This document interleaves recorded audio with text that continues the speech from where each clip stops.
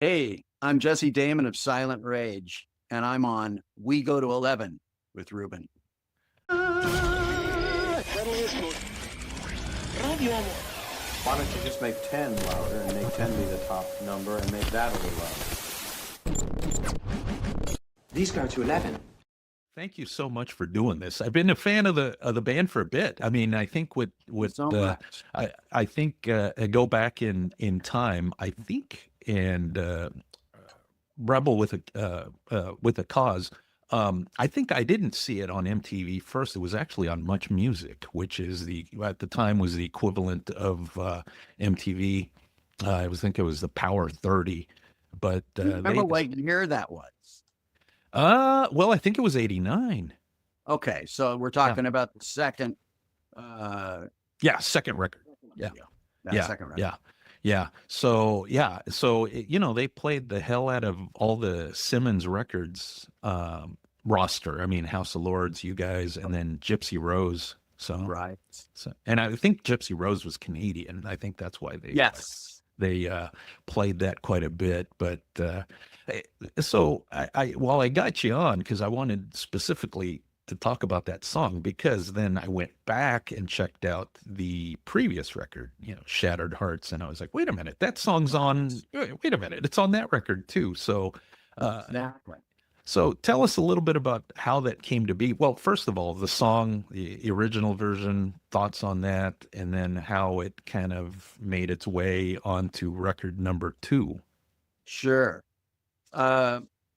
Well, what happened was when we were starting to come up with songs and we were working with Paul Sabu in the recording studio, I brought in a song and we had been playing this live, for maybe a few months. And so we thought it was strong enough, maybe a single, had a different title and same music as Rebel. But when we brought it in and played it for Paul, he says, I like the song. I really like the gusto and the music, but he says, your storyline is pretty common there.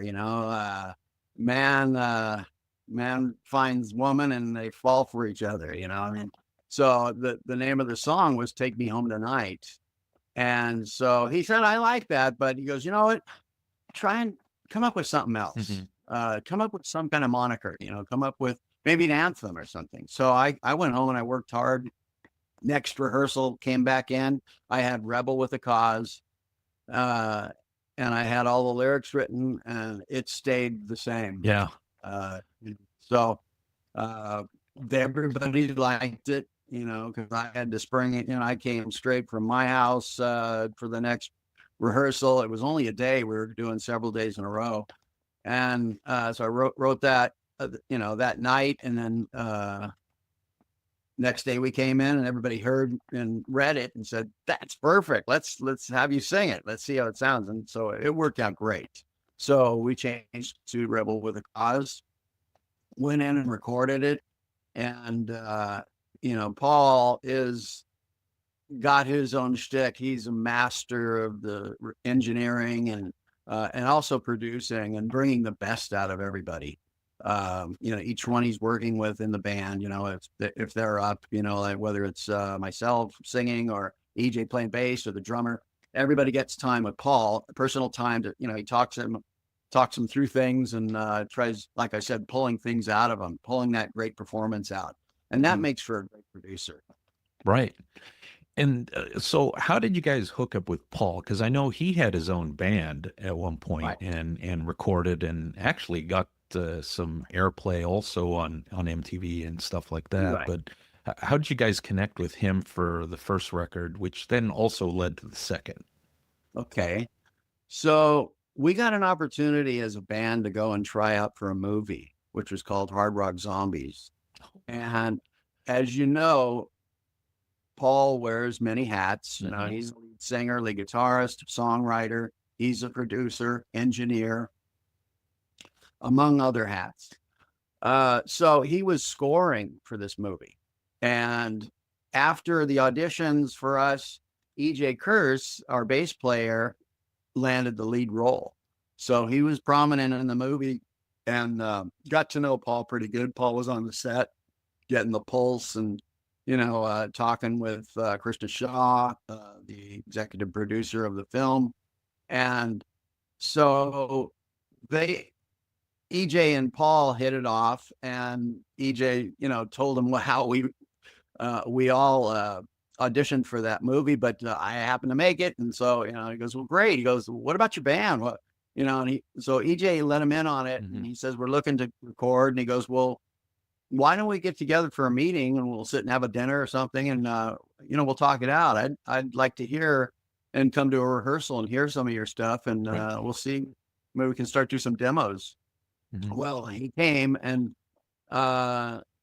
he liked us a lot. He says, this is right down my alley. This is really close to what I do, so he says, I'd like to, start working with you guys.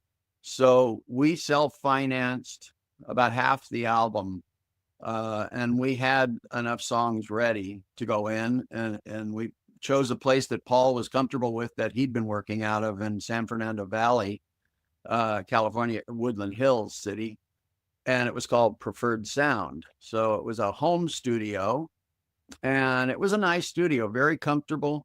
We had a good time in it, good vibes. And we brought it, that's what it's like when you're going in to record a song. You got to be well rehearsed, because when you do it, that's what's going to end up being on there. So, unless you find some real big glitch, then you can go in and do an overdub and fix that. But we weren't a band that really, for the most part, played at one time. We did sections, we would do like the basics, we do drums first, and the bass and rhythm guitar would play with the drummer to stay in, but we weren't recording. Once we got that drum track, bass laid his track down. Once we got those two, then it was Mark and I were up and, overdubbing and tracking our main stuff, whether it was guitars and keys. So we got to that point, and we started to need some more songs. And so that's when the next set of songs, Rebel, came up in that one, which was, like I said, the story. And so we were really feeling good after Rebel was recorded, though. We thought that was a special song. That is kind of an anthem for us. So we also had a song called Fight for Rock, but that was a little more on the cornier side. But still, people dug it. So, but there was something to be said about that time, right? I mean, the songs were as an escape, right? They weren't political. They weren't this, they weren't that. It was just kind of like going out on a weekend, Friday night, Saturday night, having a good time, meeting up with friends, chasing girls, whatnot, right? I mean, and you can't replace that. It was a choice for us as a band. We were longtime friends, but when we both when all of us started to play together, there was a seriousness about it. We really wanted to be professional, and it was for fun for the first few years, and we still even started to write a little bit during that time. But usually when you're in the beginning, you're out there playing covers and in clubs, starting off. But as we went, and monies we would make, we'd sock away, which usually isn't the case for bands. We wanted to buy our own PA. We wanted to have our own lighting. We wanted to pay for our own way into studios. We didn't want to wait. We wanted it to start going somewhere. And that was a lot of fun doing that. I think, like you said, the pulse of what was going on went on throughout most of our career, but especially in the 80s. We started in our boot camp, even starting to play guitars in the late 70s, mid 70s, late 70s. And then by 80s, we were playing a lot of clubs. And so it was a great atmosphere in Hollywood. We were a part of it. We were just having a blast up there. But at the same time, when I wrote the lyrics for Rebel with a Cause, it's a chance of a lifetime to reach your wildest dreams. When the heart rules the mind, only the strong survive. So those were from my heart, you know, those Mhm. are what we believed in, and we were getting a chance of a lifetime, and it kept happening after working with Paul and Right. being mentored a bit with him and learning some tricks of the trade in the studio, and all that kind of stamina you need. Mhm. Then we went on and got discovered by Gene, and Gene Simmons helped us a lot. So, and that was the chance of a lifetime. Yeah, And right. so I think Gene understood those lyrics, and he looked, and scrutinized a lot more, Mhm. because he wanted to take something that he loved from Shattered Hearts and make it into something bombastic. Right. And I think that pretty much sums it up. I mean, I think it made it bigger, right? The sound was Yeah, bigger, the choruses were bigger, everything was that's just like true. right there. With We with talked looking, about it. We yeah, talked about it as far as with Gene, with having more impact, taking it up a notch, bigger sound, a little tougher vocal, more mhm, ad libs, more guitar fills. mhm. So that's what we ended up with. Yeah, and I think with yourself, I mean, the band and yourself as a singer, vocalist, guitarist, I mean, there was something else happening, musicianship wise. I mean, I think you could tell that there was a little bit more happening, and I think you saw that even with like House of Lords. I mean, these weren't just guys that were thrown together in a band that you know, couldn't really cut it. I mean, there was something special happening, and I think the image you could have taken or left it because I think the image you guys probably went along with it because that was of the time. But I It think was. if you play the music, you're like, yeah, there's something different happening here with the music.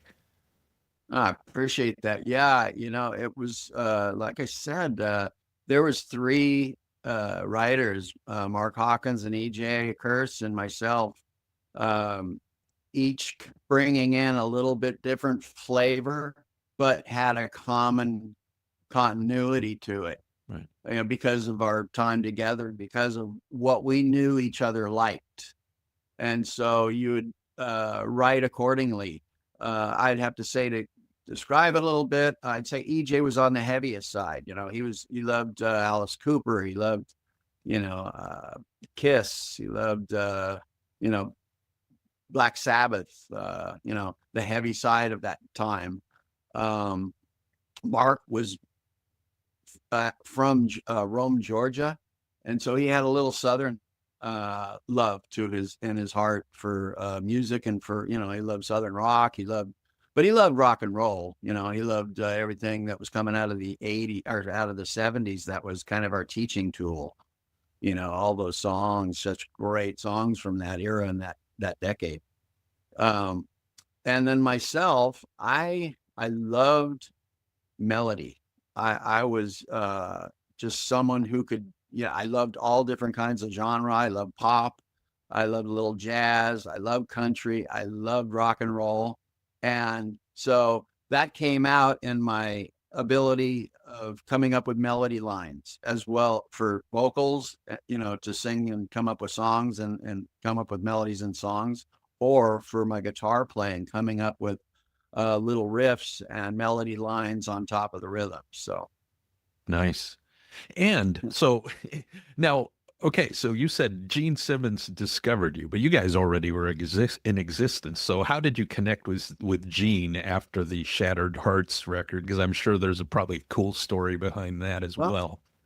it was a little bit short-lived, in the sense it was a launching pad for us, and a diving board, so to speak.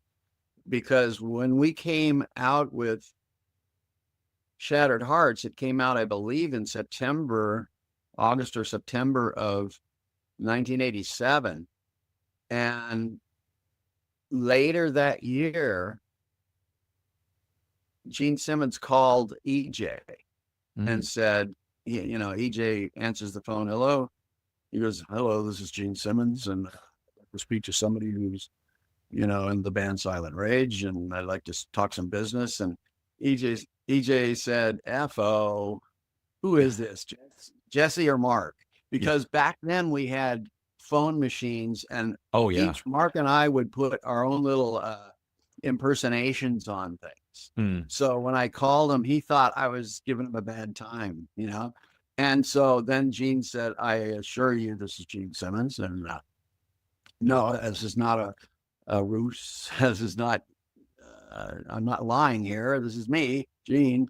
And then it hit EJ and he said, oh my Oh, God, no. this is the real deal. He goes, I'm so sorry, you know, but then he explained the story, you know, we play around a lot and have a lot of fun with each other. And I just thought Right. it was one of the buds in the band.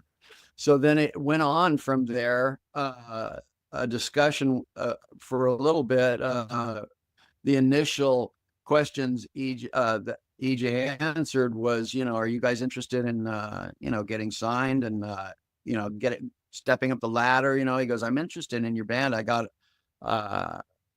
and there was another story to this, but I don't want to go on too long with that. Was we were looking for management. Okay. And we got a hold of Glickman Marks merchandising company for Kiss, and Howard Marks came out and flew out to a showcase that we set up. We had talked with him on the phone. He goes, I'm going to be out in LA. I'll come see you. So we did that. And at the end of the show, we handed him our album, a few of them. So Okay. he'd have to pass it around. And he says, I know exactly what I'm going to do with this album. I'm going to give it to Gene Simmons because he's starting a new label, Okay. Simmons Records. And we said, really? Yeah, well, absolutely. We're interested in that. So little did we know that fruit came to bear. And he did toss that on to Gene, and Gene called. And so then the next thing was we were setting up a meeting. First, we got a call again, and he says, I want to speak with the whole band. Can you guys do a conference call? And we had that ability. So he called us, and we all talked for a while. We were on the phone, good hour or so, and kind of picking our brain. He goes, well, I'd like to have you over to the house, come to my house, and we'll talk some more. But he goes, I really, just to lay it out, I want to sign you guys, and I want to do a great album. I want to, you know, make you the next big stars, next big thing. Right. So it was a lot of fun and a lot of, you know, you get a jolt of just, is this happening? Right. Right. You know, because we weren't expecting that, but we did work hard to get to there. You know, I know that that's something I can say that was true. You know, and then going over to meet him, and he's a good guy that he likes to make you feel comfortable and not feel nervous because, you know, of who he is. He would Right. tell some jokes. He would tell a few cool stories, and he would lighten the mood, and it would get us to feel and get us to open up. And after, you know, by the end of that meeting, we're all laughing, we're all feeling good, and we're all ready to jump on that road to see where it takes us. So there's many more meetings at his house, and you know, and then going into the studio, and he came in there too at times. So it was big time in my life and a lot of fun. Nice. But you brought Paul back for that record. We did. And okay, so give us a Well- little bit of background on how that happened, because I mean, Gene could have just I think- probably gotten somebody or done it himself, but you guys brought Paul. Did that take some convincing, or was that always the plan? I think it was a question, and it was also agreed upon that you guys have a sound, and you achieved that on your first album with Paul. I think we should see if we can get Paul to do it. See if, you know, he says it's going to not only be in his hands, though. I want to be executive producer. I want to have input. I want to push it where where it might need to be pushed a little more. If I'm not hearing something, I want to help it along some. So I'm going to wear kind of a producer's hat, executive producer's hat.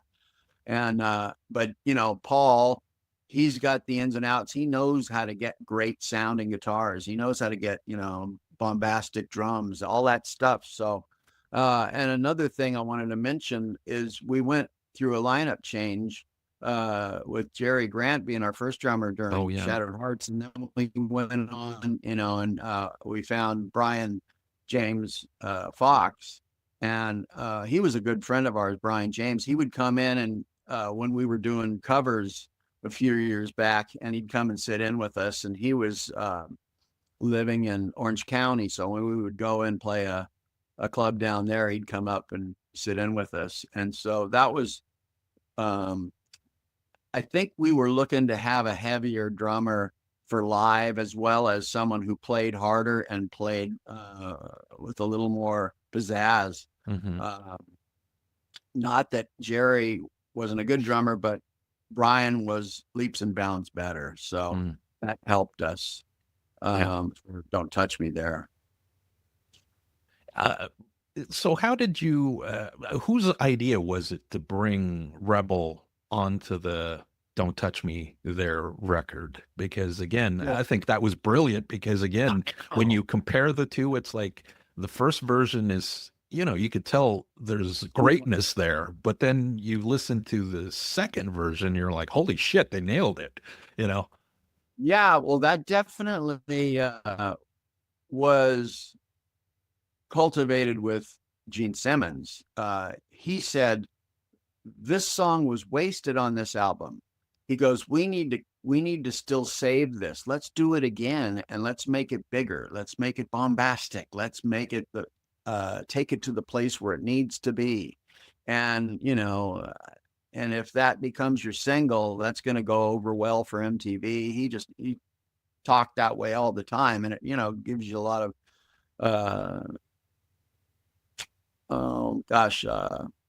it gives you the I can't think of what I wanted to say, sorry, but anyway, he was a big proponent of doing Rebel again, and we all agreed, because we liked that song. We didn't want to have to just have a different one, and because that was a good moniker. That was our anthem. So And you're right. I mean, that is an anthem, and it's one of those kind of, I guess, underrated, because, again, not a lot of people know it, but the people that have heard it, or have heard it on any of the internet radio stations, are like, who the hell is this? This is great. It does give you that kind of, it almost kind of, gives you that little bit of goosebumps. I think for myself, when I first heard it, I was like, there's something different about this song. I mean, it was anthemic. It was fun. It was powerful. Again, bombastic. Yeah, good stuff. Yeah.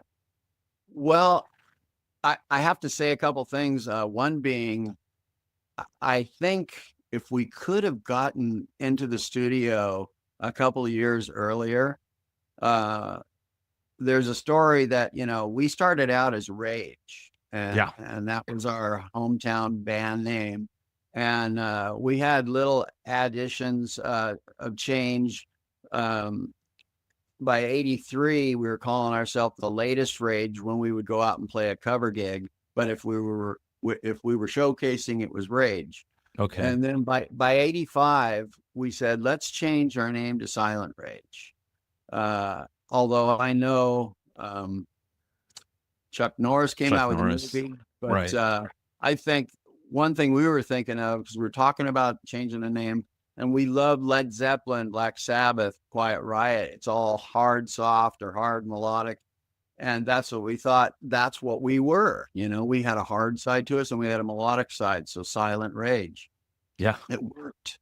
And so if we could have gone in the studio and just really, if we would have met Paul, say 84, and talked this, and gone in and got the album out in 85 or 86, that would have given us a little bit more time to establish, as well as if it still would have been on the same road of fate to meet Gene, we would have had Don't Touch Me There out on coming out in 1987.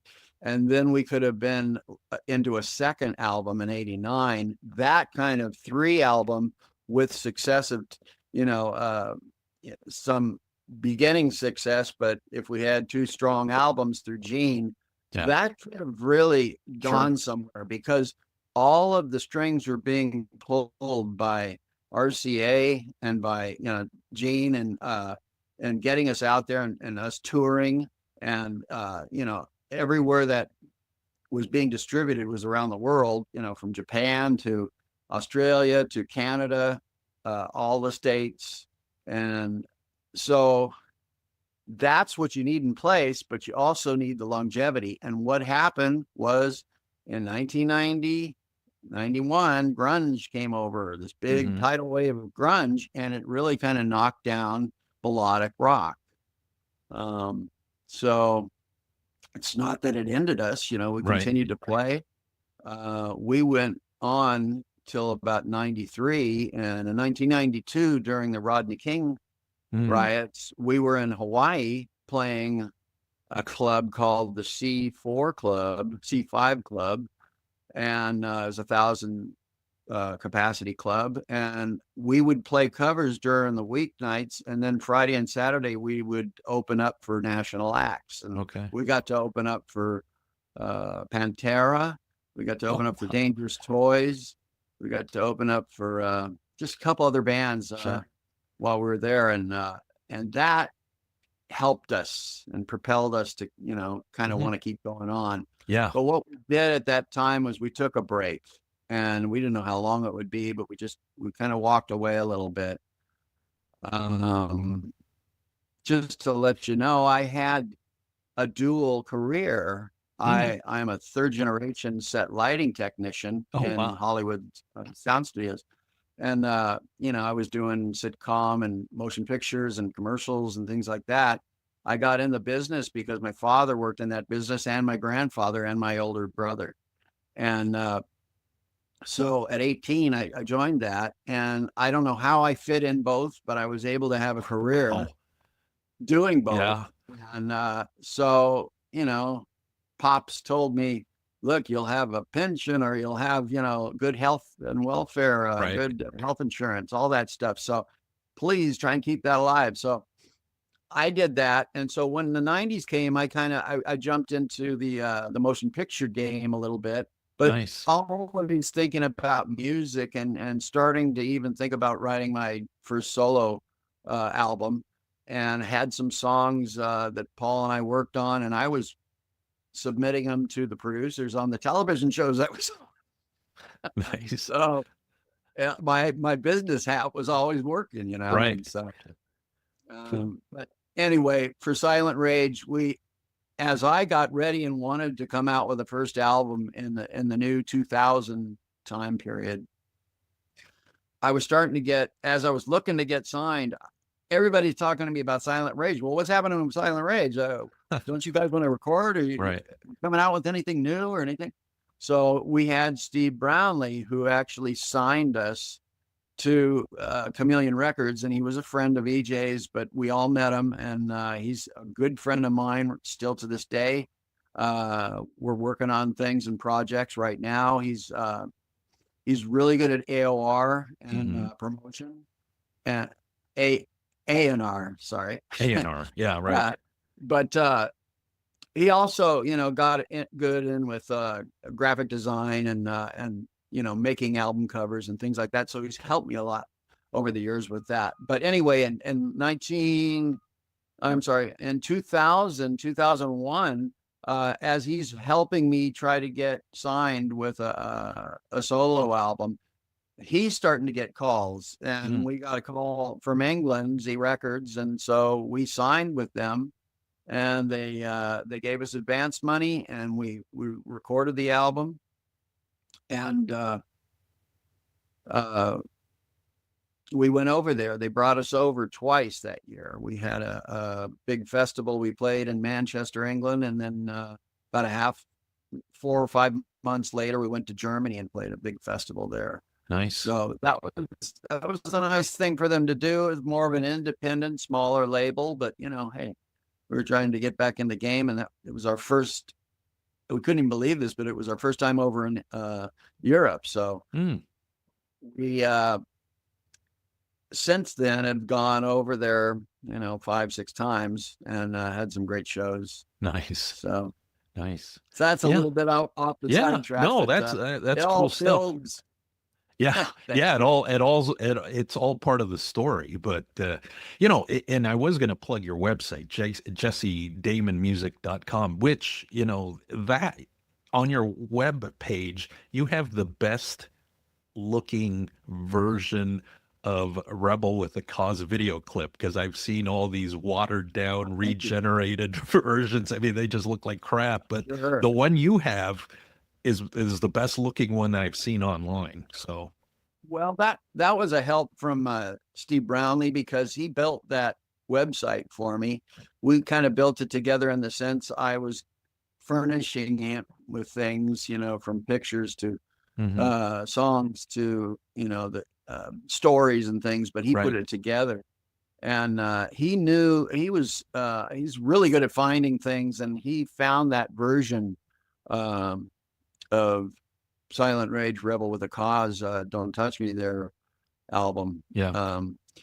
And so I was ecstatic about that, because the one that we had that, had the original that came out for Headbangers Ball and, Right. and Simmons Records and all that, on the little moniker on Hmm.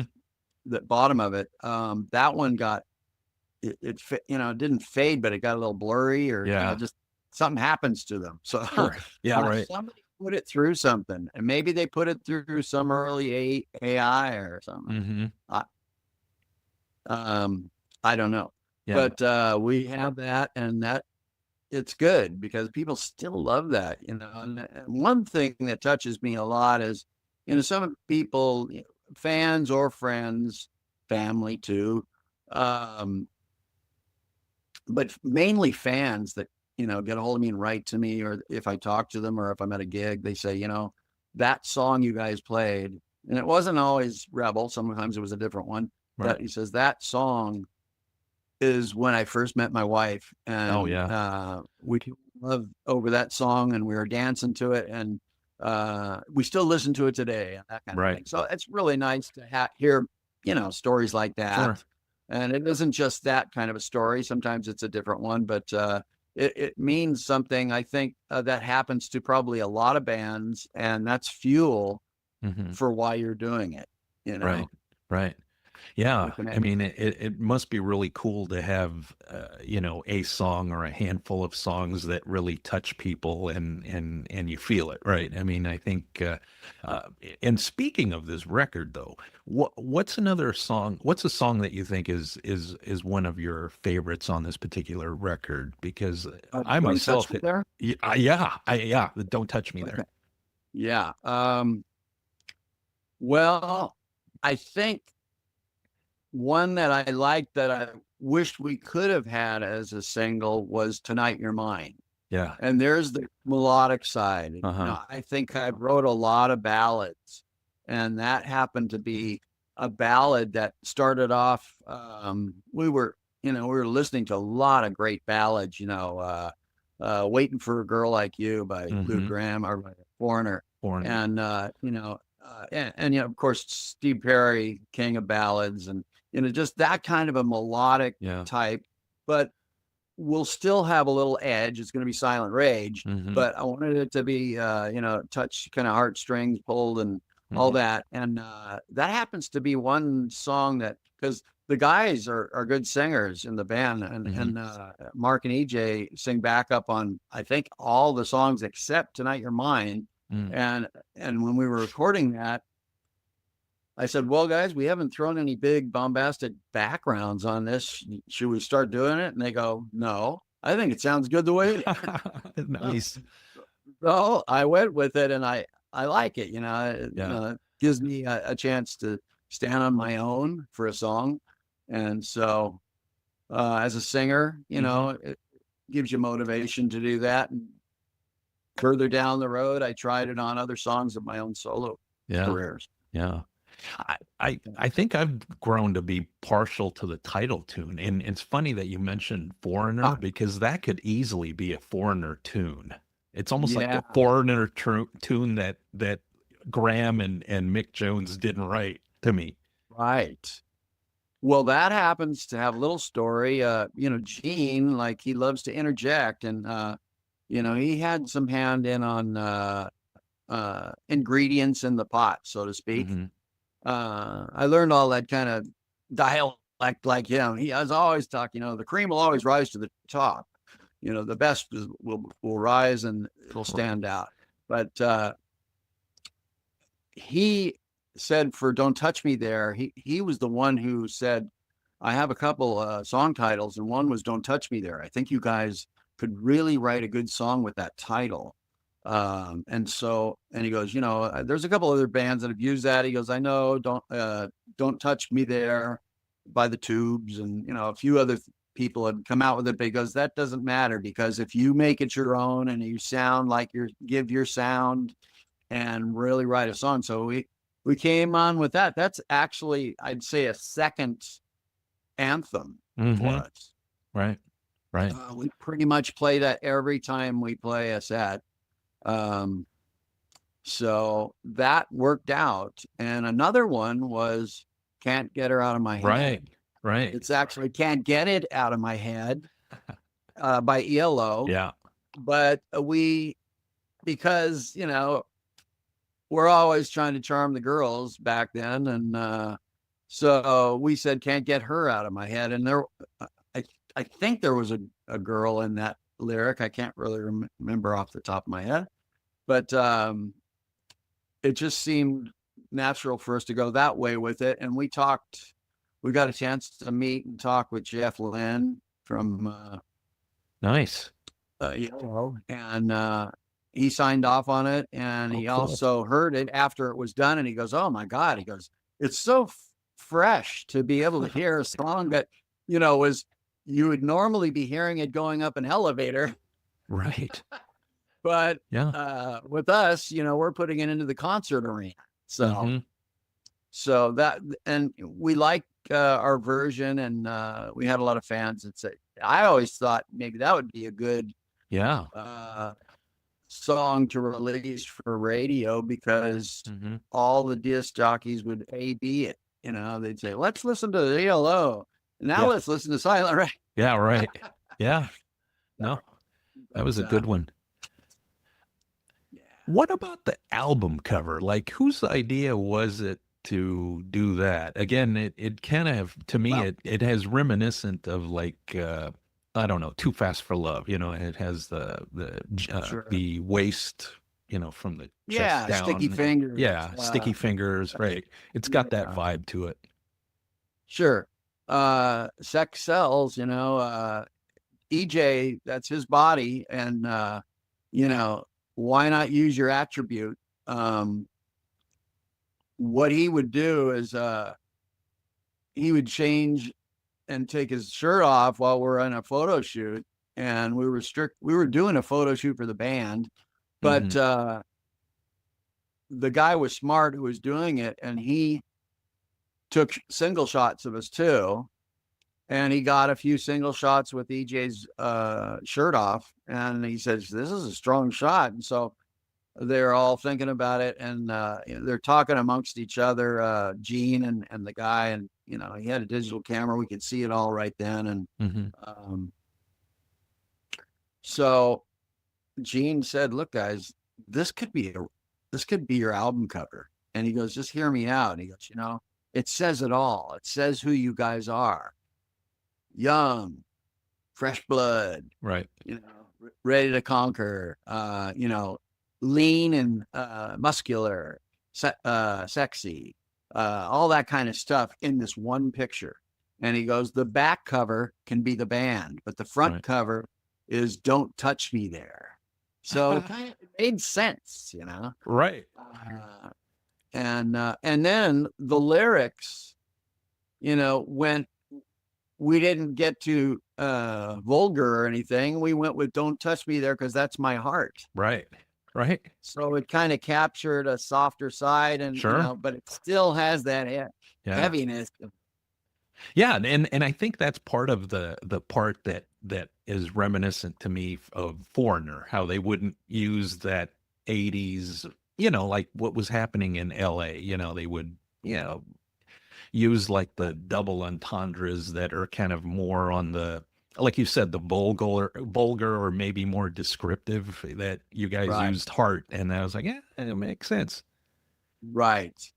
And it's more along the lines of life and what's going on in life and relationships and Hmm. people and things happening and talking about it in that respect. Um, Both EJ and Mark are great lyricists too. And, I thought the lyrics in Tonight You're Mine, uh, to be in crowds, feeling desolation is Hmm. what I've had to do. I've been hanging on a thread and life goes on without you. It's so Yeah. storytelling Right. and it's a little bit literate, but it's a good type of literate, Right. it's thought provocative. So Yeah. And I would definitely recommend folks track that record down, because I mean the Simmons version records is long out of print, but I know Rock Candy yeah, reissued it, and I wound up picking up that yes, copy. And you can't go wrong with Rock Candy. I think they always add a little extra something, the liners, little interview snippets and absolutely. stuff like that, photos. I mean that they're awesome. I can't Yes, say enough of them. I agree 100%. I got a call from Paul because he did the same thing. He reissued some albums on there and they contacted him. Hmm. And then he said, Jesse, you should call them and see if they want to do it with Silent Rage. Hmm. And so I did. And they said, absolutely. Yeah, yeah. We'll do both albums, Shattered Hearts and Yeah, Don't Touch Me they did There. do that. And so I did a big, long interview with, I can't remember the guy's name. Was He's it a Derek Oliver? journalist from I think it was England. Derek Oliver, probably. Or Yeah, was, yeah, yeah, yeah, it is. yeah, Yes, yes. Yeah. And so a real good way of good interviewer and greatly worded yeah. questions. But he wanted me to talk a lot and tell stories, so he had an abundance to work from. And Nice. he wrote a story inside the booklet. Yeah. So if you want to recheck that out, it's pretty good, as Yeah. well as a new layout, fresh Hmm. layout, but still kind of the same. Um, I thought it was really well done. Yeah. My No, claps for they, him. I mean, I think you're right. I mean, he does this little essay, kind of like backstory on the record, the band, and then he inserts like some of the interview excerpts in there. And I mean, and you're right. He always does. They always do a great job. Rock Candy, can't go wrong with them. So definitely check them out. And I know that they're still available. I think you could always find it online, anyways, on Amazon or something. I've made up a couple notes here just to go over just a second, not Yeah, not too long, go for it. but I wanted to say that I'll start from the back and come forward. My ninth note was Silent Rage travels to New York City in Hmm. 1989 for a press junket, and Silent Rage goes to MTV to meet Tom Freston, the president of MTV. And at that meeting, Tom tells us Rebel with a Cause will be airing and played on Headbangers Ball on MTV. And that was an exciting moment. Yeah, nice. um, I told you about the Paul Sabu, Hmm. the pre-production rehearsals for how we came out with Rebel with a Cause, and then Right. Gene did the same. He'd come to our place and we do some pre-rehearsal. Sometimes we do it on the phone, and he always had his input, which is good and helpful. And then I wanted to mention that Shattered Hearts. We talked about where that album was recorded, which was Preferred Sound, and Right. Don't Touch Me There was Chameleon Studios, which is kind of a Yeah. coincidence of Right. Because the label was Chameleon, right? oh, so it's crazy. Shattered Hearts video, that Chameleon Records video shoot held for us was at the Roxy Theater in Hollywood at 1987. Hmm. And they rented it out, and we filled it up and had a great Nice. crowd. And Cool. that particular video was fun. And it went behind the scenes and had us backstage. It went out to the front entrance and the sidewalk of the Roxy. Mhm. And that was a fun, but that didn't really compare to Don't Touch Me There's Simmons Records video shoot. It was for Rebel with a Cause. It was at A&M Studios on La Brea, the Chaplin Stage, the large sound stage in Hollywood in 1989. And Gene was there, and Paul's family came down too, and we took, photo shoots of that. Had some other friends come that were Gene's friends or that were the band's friends. As you remember, we had some girls in the video. Right. They had some friends. But another thing that was going on in a side office was they were shooting a video called Hard and Heavy. And Oh, Hard and yeah. Heavy, Right. I don't remember that. Yeah, it but, was like they would do like video interviews and then do like insert like footage of either concert or music video stuff on there. Yeah. So Gene got Jim Ladd to come in for us, Oh. and he did an interview with us, and it was fun. And it was just, and that's going on, and here our hearts pumping to do the video, and we come off stage. You got to go in there and do your video or your interview with Jim Ladd. So that was such a great lift for us, Sure. to an experience. Gene also had made up a 40 by 20 backdrop of Silent Rage, canvas backdrop. Yeah. And then, we had the Marshall stacks and all that stuff. So we had plenty of room. It looked like a real stage, it looked like, so pseudo concert stage. Yeah. But those are memories that I still carry with me and I can remember. And it's funny because I've worked after the fact there. I've gone back and did some set lighting things and worked with some other musical artists inside the sound recording room at A&M. And that's where they did We Are the World. Oh, yeah, that's right. So it's got a lot of history. Now it's, I can't remember who owns it now. It's changed hands a couple times, but yeah. Anyway, I thought I'd share a little bit of that. That's the studio where I think, wasn't it Waylon Jennings that walked out during We Are the World or something? I think it was. I think he walked out. It's on video. I think it's in the footage somewhere.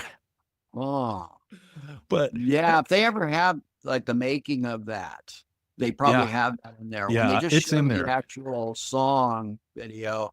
Yeah.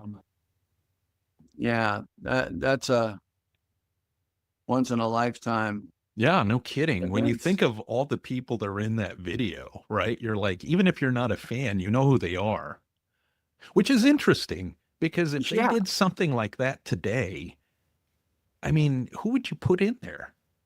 Yeah. It's like there isn't that level of icons, I don't think. It's true. It might have to cross genre, right, and not just be a rock thing. I mean, when you think about it, I mean, the go-to person of this generation, the current, probably Taylor Swift, right? I mean, she would be the only recognizable one. Right. I mean, think about that. It's possible if they want to go and have affiliation, they might have Janet Jackson. Yeah. Right. Maybe. Maybe. That's, if you're trying to stay true to what the first one was, they were all in their prime. Yeah. So you got to pick somebody who's in their prime. So who would you put? I mean, I guess it would be what, Katy Perry and Taylor Swift. I don't know. Would that be the people you'd build that around or something? I think you'd, like I said, not be constricted by genre. Yeah. You should have inclusion of, all the facets, if it's going to be for around the world. Sure.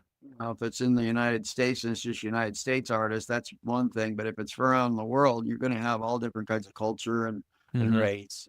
Right. And it's a good thing, although it should probably have a commonality of one thing. It should be in English. So Yeah. a lot of people understand English as a Sure. universal language. Right. So. Well, I'm going to share this because, let me see. I'll stop sharing this because this isn't the one I wanted to share. This is the one I wanted to share.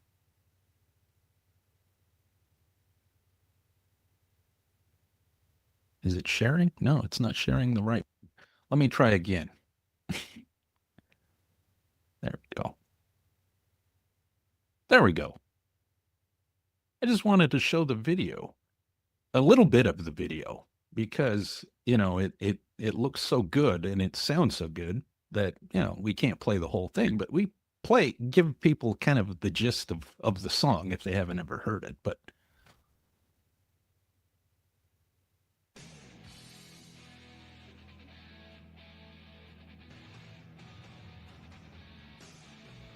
let's turn it up. Alice. Alice. Yeah. That's it. I mean, there's the chorus, man. I mean, I think you guys start off right out of the gate with this big sounding chorus. So, I mean, That was the difference between the two, where we started with the verse on Shattered Heartstrings. yeah. And there's the girls. If they go on with girls, right? I mean, this song has everything, man. I'm a huge fan of this tune, huge fan of the band.